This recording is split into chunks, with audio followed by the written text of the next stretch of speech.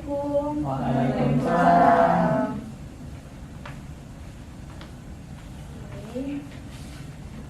Ketua kelas boleh mohon disiapkan Iya, Bu. untuk kelas hari ini. Baik teman-teman semua, untuk memulai pembelajaran kita hari ini, alangkah baiknya kita berdoa terlebih dahulu. Berdoa dimulai. Berdoa selesai, memberi salam. Assalamualaikum warahmatullahi wabarakatuh. Waalaikumsalam warahmatullahi wabarakatuh. Selamat pagi untuk anak-anak kelas 11 IPS 2. Dengan mengucapkan bismillahirrahmanirrahim, kita awali pembelajaran pagi ini dengan penuh hikmat. Sebelumnya Ibu mau nanya, apa kabar kalian? Baik, Ibu. Bu. Baik, Ibu. Ibu sendiri gimana kabarnya, Bu? Alhamdulillah Ibu sendiri keadaannya baik. Untuk ketua kelas, apakah hari ini teman-temannya hadir semua ya? Hadir semua, Bu. Oh gitu, kalau gitu Ibu coba absen ya. Iya, Bu. Dari Adia Amelia, Hadir, Bu. Ayu Nurjana, Hadir, Bu. Adinda Fitri Dwi Tami, Hadir, Bu. Sarah Sahrani, Hadir, Bu. Suherman, Hadir, Bu. Aulia, Hadir, Bu. dan Ananda Salsabila. Hadir, Bu. Baik, karena semuanya sudah hadir, kita mulai pembelajaran hari ini ya. Sebelumnya Ibu akan mempersiapkan PPT-nya dahulu.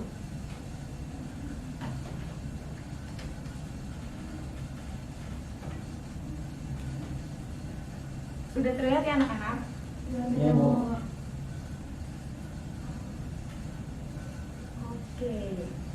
Jadi sebelumnya Ibu mohon perhatiannya dulu, dan kita akan memulai pembelajaran pada hari ini dengan tema dan materi pokok, yaitu mitigasi bencana alam.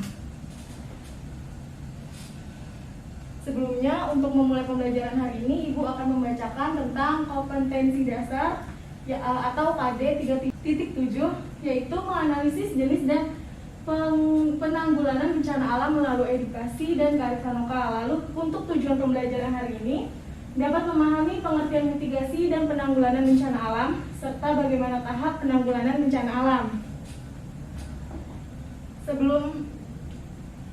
Sebelum memasuki pembelajaran hari ini, kita angka baliknya pemanasan dulu kali ya. Ini pada lemes banget ya. Ayo kita semangat, ayo.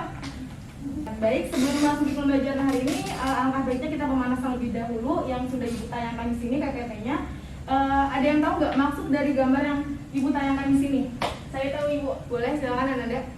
Jadi maksud gambar itu karena Indonesia merupakan negara yang kaya dan unik, terletak di antara dua benua, yaitu benua Asia dan benua Australia, dan terletak di antara dua samudra, yaitu Samudra Hindia dan Samudra Pasifik. Indonesia dilalui oleh sirkum Mediterania dan sirkum Pasifik dan berada di pertemuan tiga lempeng tektonik, yaitu lempeng Eurasia, lempeng Indo-Australia, dan lempeng Pasifik, sehingga menyebabkan Indonesia banyak memiliki gunung api dan dikenal dengan sebutan negara yang dikelilingi gunung api atau ring of fire. Jadi kondisi ini berdampak pada intensitas bencana alam di Indonesia tergolong tinggi seperti gempa bumi, gunung meletus, tsunami, longsor, dan lain sebagainya. Terima kasih, Bu. Wah, keren banget nih buat Ananda, kita kasih tepuk. Baik, di sini Ibu akan sedikit menjelaskan maksud dari gambar yang Ibu tunjukkan di sini. Jadi letak geografi Indonesia itu terletak pada tiga lempeng. Yang pertama itu lempeng Eurasia, Indo-Australia, dan lempeng Pasifik. Lalu pertemuan lempeng tersebut mengakibatkan adanya zona subduksi di lempeng Indo-Australia yang masuk menunjam ke bawah lempeng Eurasia, sehingga terbentuknya deretan gunung api di sini atau biasa kita sebut ring of fire. Hal tersebut mengakibatkan Indonesia sangat rawan mengalami bencana alam. Betul yang sudah dikatakan oleh Ananda tadi, terutama bencana alam geologis. Namun di sisi lain ada keuntungannya juga nih dari hal tersebut, yaitu kita juga kaya kan akan sumber daya alam serta keanekaragaman hayati Indonesia yang sangat melimpah. Oke, Ibu akan melanjutkan ke PPT selanjutnya. Selanjutnya kita sudah memasuki materi tentang bencana alam. Nah, ada yang tahu nggak apa itu bencana? Bu, saya boleh izin menjawab. Wah, boleh. Bu. Boleh, Adia. Ya, jadi setahu saya yang namanya bencana itu merupakan fenomena yang terjadi karena adanya pemicu, ancaman, rentetan sehingga menimbulkan terjadinya resiko, Bu. Oke, Adia, kita langsung tepuk tangan dulu buat Adia. Terima kasih Adia sudah menjawab apa itu tentang bencana. Ibu akan sedikit menambahkan menurut Undang-Undang Dasar Republik Indonesia Nomor 24 Tahun 2007 tentang penanggulangan bencana. Bencana adalah peristiwa atau rangkaian peristiwa yang mengancam dan mengganggu kehidupan dan penghidupan masyarakat yang disebabkan baik oleh faktor alam dan atau non alam maupun faktor manusia itu sendiri, sehingga mengakibatkan timbulnya korban jiwa manusia, kerusakan lingkungan, kerugian harta benda, dan dampak psikologis. Lalu di sini bencana alam itu terbagi menjadi 3. Yang pertama itu ada bencana alam, bencana sosial, dan bencana non alam. Nah, di sini ada yang bisa bantu Ibu nggak nih menjelaskan apa itu bencana alam, sosial, dan non alam? Saya Bu, Oke, Ayu boleh silakan. saya ingin menjawab yang bencana karena faktor alam Bu. Boleh. Jadi seperti yang saya ketahui bahwa bencana geologis atau alam merupakan bencana yang diakibatkan oleh peristiwa atau rangkaian peristiwa yang disebabkan oleh alam, antara lain berupa gempa bumi, tsunami, gunung meletus, banjir, kekeringan, angin topan, dan tanah longsor Bu. Wah, keren banget Ayu, terima kasih sudah menjawab. Kita kasih tepuk tangan buat Ayu. Nah, lalu bagaimana sih untuk penjelasan tentang bencana non alam itu sendiri dan bencana sosial? Boleh unjuk diri? Saya Bu, Boleh, Sarah, silakan. untuk bencana non alam adalah bencana yang diakibatkan oleh peristiwa atau rangkaian peristiwa non alam, yang antara lain berupa gagal teknologi, gagal modernisasi, epidemik, dan wabah penyakit. Wah, keren banget. Stop Sarah, kasih saya kesempatan. Waduh, Suharmani sudah. Ibu, saya juga mau jawab, Bu. Boleh, silakan. Bencana sosial adalah bencana yang diakibatkan oleh peristiwa atau serangkaian peristiwa yang diakibatkan oleh manusia, yang meliputi konflik sosial antar kelompok atau antar komunitas masyarakat dan teror. Wah, betul sekali, keren banget nih jawabannya dari Suherman. Jadi sudah betul apa yang dikatakan oleh Ayu, Sarah, dan Suherman, bahwasanya bencana alam itu terjadi karena adanya diakibatkan oleh alam itu sendiri. Lalu untuk bencana non alam diakibatkan adanya campur tangan manusia. Sedangkan manusia atau sosial, manusia itu sendiri dibuat oleh manusia dengan memicu keributan. Nah, perlu diingat untuk pembelajaran hari ini kita hanya fokus pada bencana alam yang ada di Indonesia. Nah, di sini Bu akan menunjukkan bencana alam apa saja sih yang ada di Indonesia. Nah, yang seperti kalian tahu kan, di Indonesia itu sering terjadinya tsunami, banjir, angin topan, tanah longsor, gunung meletus, kebakaran hutan, gempa bumi, dan kekeringan. Nah, apakah di sini kalian sudah paham materi tentang bencana alam? Jika masih ada yang kurang paham, silakan tanyakan, dan jika tidak ada, Ibu akan lanjutkan ke materi selanjutnya. Apa sudah paham semua? Paham, Bu. Oke, baik. Ibu akan lanjutkan. Oh, maaf, Ibu lupa. Di sini Ibu menjelaskan dulu tentang peta Indonesia yang berupa peta Indonesia atau potensi rawan bencana. Nah, seperti yang sudah tadi Ibu sebutkan, macam-macam bencana alam itu ada tsunami dan kawan-kawannya. Di sini bisa kalian lihat sendiri dari Sabang sampai Merauke, Indonesia itu berpotensi rawan bencana. Nah, bisa kita lihat di Sabang ini untuk provinsi dari Aceh sampai Lampung, bahkan dari DKI Jakarta sampai Nusa Tenggara Barat, itu tingkat rawannya sangat tinggi. Lalu untuk di Pulau Kalimantan juga sangat tinggi, namun tingkat kerawanannya ada yang sedang juga, begitu pula dengan Pulau Sulawesi. Lalu untuk Maluku juga tingkat kerawanannya ada yang tinggi, bahkan ada yang sedang, dan untuk tingkat kerawanan di Pulau Papua sendiri itu beragam-ragam, dari tinggi, sedang, dan rendah.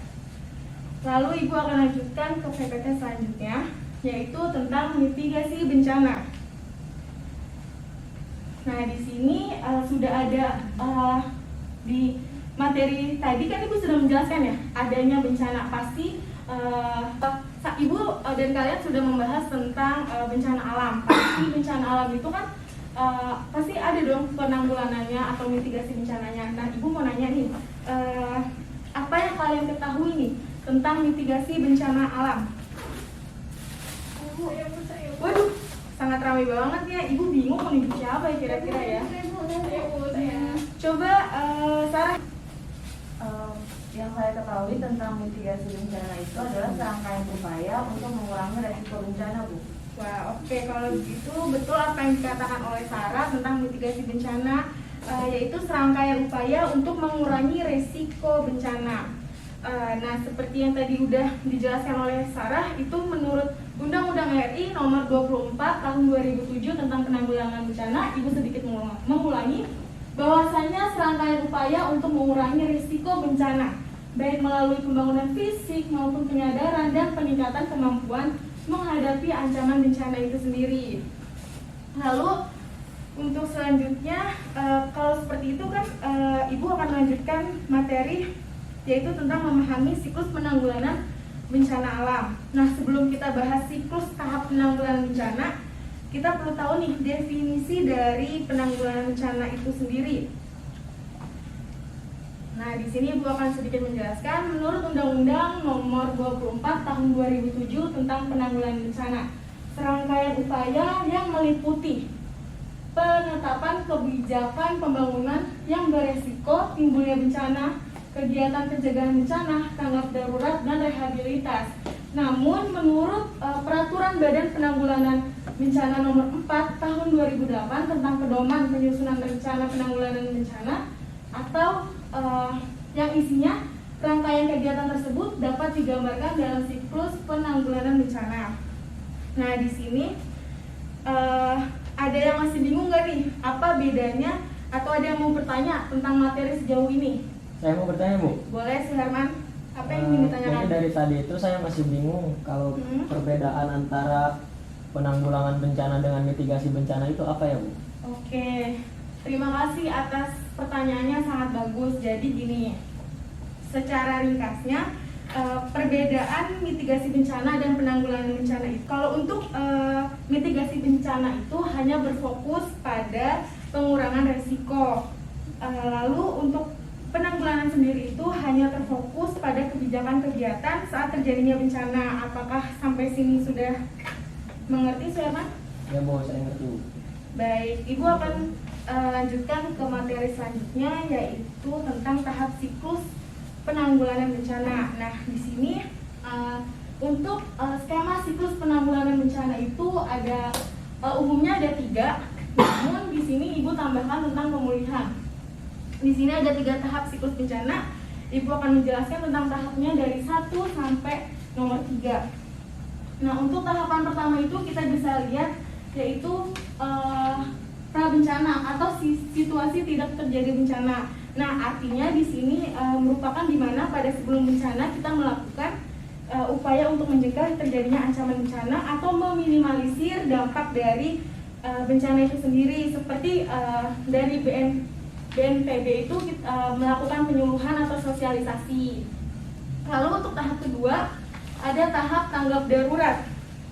Nah, di sini tahap tanggap darurat itu situasi saat terjadi bencana, di mana merupakan pada saat bencana kita melakukan aksi cepat atau tanggap darurat untuk meringankan penderitaan pada saat bencana terjadi dan melakukan search dan rescue.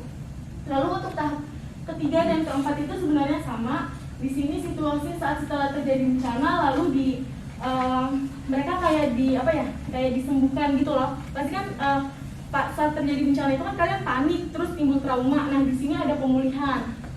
Nah, Ibu akan sedikit menjelaskan tentang tahap ketiga ini, di mana situasi saat setelah terjadi bencana lalu ada nih misal dari pihak psikolog datang ke pemukiman untuk melakukan pemulihan atau penyembuhan trauma pada saat terjadinya bencana. Nah, Ibu akan melanjutkan untuk materi selanjutnya, yaitu tentang lembaga yang berperan dalam penanggulangan bencana alam. Nah, di sini ada yang bisa bantu Ibu nggak? Tolong sebutkan apa saja lembaga-lembaganya. Maaf, sebelumnya saya ingin bertanya. Boleh. Tadi kan Ibu sudah menjelaskan bencana alam itu apa dan bagaimana tahapan siklus bencana. Nah, pertanyaan saya itu, apakah ada badan yang menanggulangi dan membantu saat terjadinya bencana? Oh, pasti ada dong, yang tadi sudah Ibu tunjukkan di materi yang Ibu ganti tadi, bahwasanya lembaga yang berperan dalam penanggulangan bencana itu ada 3. Yang pertama itu, yang paling utama itu ada BNPB, yaitu Badan Nasional Penanggulangan Bencana. Nah, untuk BNPB sendiri ini dibentuk oleh pemerintahan itu sendiri. Lalu yang kedua ada BPBD atau Badan Penanggulangan bencana daerah. Nah ini tuh biasanya khusus di daerah-daerah gitu yang pada saat itu terjadi bencana. Nah kalau yang ini tuh nasional, yang BNPB. Lalu untuk Basarnas itu Badan Nasional Pencarian dan Pertolongan. Jadi misal pada saat terjadinya bencana itu ada keluarga kalian yang menghilang atau tidak diketahui atau tertimbun tanah atau tertimbun bangunan. Nah Basarnas ini biasanya turun langsung. Selanjutnya Ibu akan menjelaskan materi terakhir pada bab ini yaitu penanggulangan bencana alam melalui edukasi kearifan lokal. Apakah ada yang bisa menjelaskan maksud kedua gambar tersebut? Saya Bu. Oke, Adin silakan. Jadi untuk gambar pertama itu dilakukan melalui edukasi dengan penyuluhan atau sosialisasi dari badan pemerintahan yang bekerja sama dengan lembaga pendidikan. Nah seperti yang dilihat di gambar itu sedang melakukan aksi penyuluhan ya dengan berlindung di bawah meja saat terjadinya gempa bumi. Nah lalu untuk gambar kedua itu Bu, saya akan mencoba jawab kalau itu melalui kearifan lokal. Nah saya pernah baca dan ketahui Bu, seperti yang ada di Bali, bentuk sawahnya itu berbentuk sharing. Nah itu berguna untuk menghindari terjadinya longsor.